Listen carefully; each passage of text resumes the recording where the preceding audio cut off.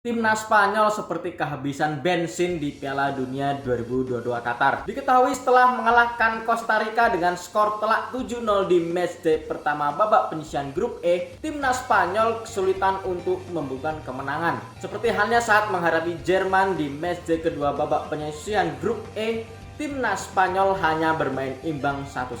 Padahal Timnas Spanyol terlebih dulu unggul atas Der Panzer melalui gol yang dicetak oleh Alvaro Morata. Sementara di matchday kedua, Timnas Spanyol secara mengejutkan harus takluk dari wakil Asia yakni Timnas Jepang, di mana Timnas Jepang berhasil mengalahkan anak asuh Luis Enrique di matchday terakhir babak penyisihan grup E dengan skor 2-1. Meski begitu, Timnas Spanyol dipastikan lolos karena finish di posisi runner-up grup E Piala Dunia 2022 Qatar. Akan tetapi, Timnas Spanyol terbilang beruntung karena menang selisih gol atas Jerman yang sama-sama membukukan 4 poin di grup E. Di babak 16 besar, Timnas Spanyol justru mengalami kewalahan dan tak mampu melesatkan satu pun gol saat melawan Timnas Maroko. Hal itu membuat Timnas Maroko dan juga Timnas Spanyol harus melalui babak adu penalti untuk menentukan pemenang. 3 pemain yang dipilih Timnas Spanyol untuk menjadi eksekutor di babak adu penalti kontra Maroko